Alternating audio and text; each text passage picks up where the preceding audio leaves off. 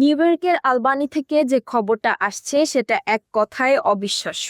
Budget নিয়ে governor Kathy Hochul আর সরকারি ইউনিয়নগুলোর মধ্যে যুদ্ধটা যে এত দূর গড়াবে তা কেউ ভাবেনি।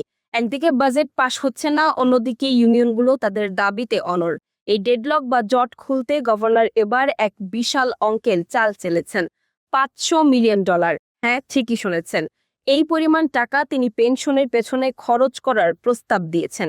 কিন্তু প্রশ্ন হলো, এত টাকা ঢেলে কি আদৌ শান্তি ফিরবে, নাকি এটা শুধুই সময়ের অপচয়? বিস্তারিত থাকছে ইরামন হুমার রিপোর্টে।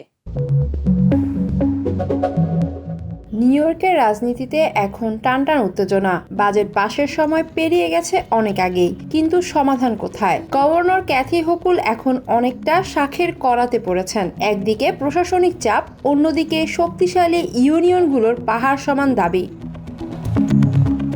মূল লড়াইটা কিন্তু দীর্ঘদিনের পুরনো টায়ার 6 পেনশন নিয়ে। ইউনিয়নগুলোর অভিযোগ, এই সিস্টেমে যারা কাজ করছেন তারা অবসরের পর ন্যায্য পাওনা পাচ্ছেন না, আর এই রাগের কারণেই আটকে আছে রাজ্যের বাজেট। হোকুল এতদিন শক্ত থাকলেও এবার তিনি বুঝতে পারছেন যে ইউনিয়নগুলোকে চটানো মানে নিজের বিপদ ডেকে আনা।